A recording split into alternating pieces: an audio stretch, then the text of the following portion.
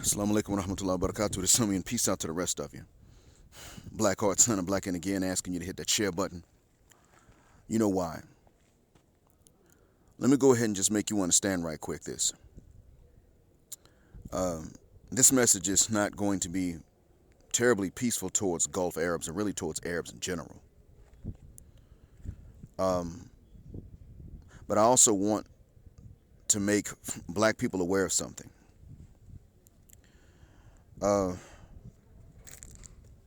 In the Arabian Gulf specifically,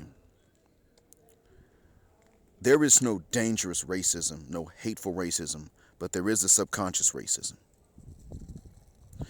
That alone makes it much safer for us than we would ever get in Western countries where white folks rule. We'll never get that kind of safety there, like what I enjoy here. The other thing, too, is that the other thing you have to keep in mind is that while it's easy to believe in two polar opposite views. One is that there's this coalition of all people of color, and this view is becoming less and less popular among black people. But that used to be a view, I'd say maybe in the 80s, 90s. The polar opposite is the view that everybody that's not us hates us and wants to wipe us off from the planet. This is also an exaggeration.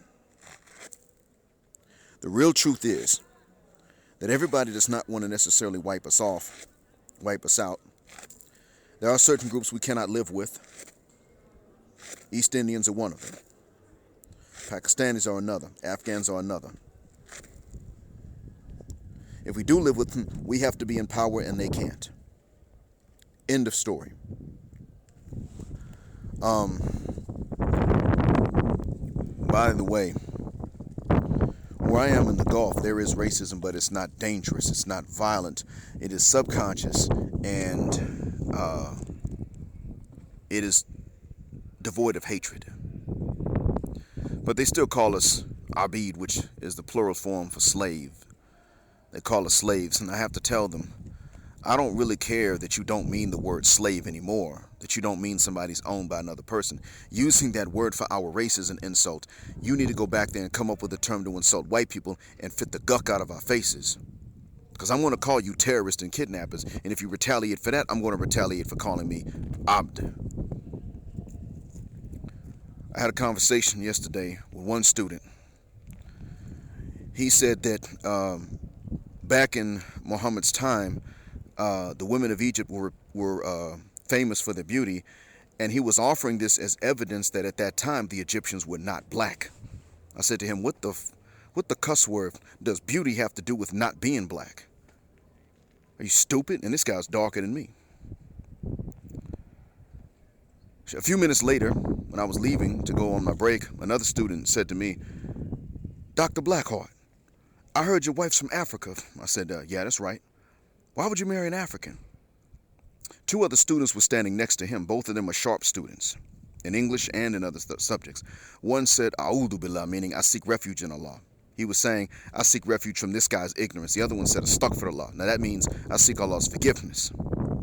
They were appalled at what he said.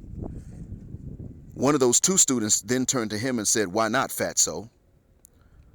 And he said, he's not from Africa. So I told the student, no, actually, I am from Africa. And he put his hand on my face and said, but you're white, mashallah.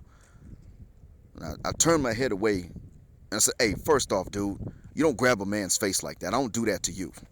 That's gay as shit in my culture. Secondly, I'm from Africa. And thirdly, if you think I'm not from Africa, you don't ask the non-black person why he married someone black. You ask the black person why they would marry someone that's not black. Your mind is backwards. Either we're your equals or we're your superiors, because we're not inferior to you. And the other two looked them up and down. You know how we do when we look someone up and down as if to say you want to fight about it? They looked them up and down and then they left them. So you're going to have both reactions here, but the standard ignorant reaction is that one. Many of you listening are already upset. You should be.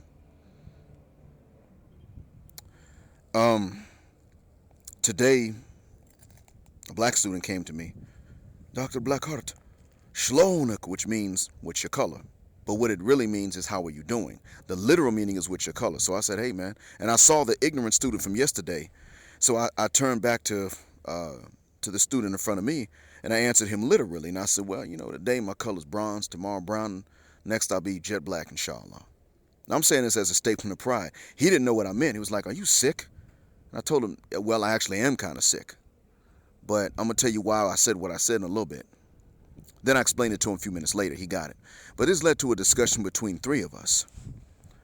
And they tried to convince me that there's no racism, and I told him, no, you mean there's no dangerous, violent, hateful racism. Don't tell me there's none. And I shredded them in the argument. Shredded them again and again. I told one of them, if you're going to sit up and say that it's okay or it's just a joke when you call us Abid, then it's a joke when we call you a kidnapper or terrorist or bomb belt. So I tell you what, call your father on the phone and call him a slave and see what happens. And he was like, there's a difference between your friend and your father. Yeah, I know that. Call him on the phone and call him a slave and see what happens. And he was like, well, I already did that, actually. I called him a slave before, but he knew I was joking and he laughed.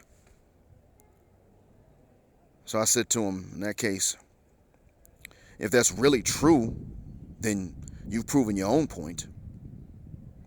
But understand this, you're talking about comparing joking between your friend with going up to a stranger. And what I'm telling you is, if you and I are friends and you call me that, I can retaliate and it's a joke, that's fine. But you don't sit up here and tell me that it is okay to do this to us across the board, but it's not okay for us to turn around and call you terrorist and kidnapper. End of story. Because for one person to be owned, somebody has to kidnap them or kidnap their parents. That's it, man. That's all you're going to get. I'm telling you this because I want you to understand that everybody does not hate us, but everybody's not our ally.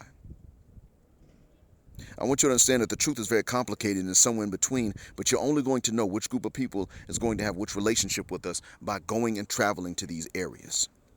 There will be no other way you're going to know this.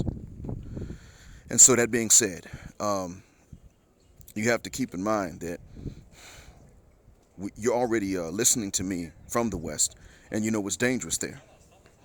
And you know what they want to do to you and me. They want to do a whole lot of nasty, brutal things to us there. You can find safety in many other places, and I mean outside of the West.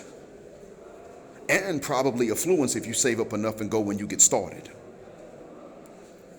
You're not going to find this in the West when white folks are in control.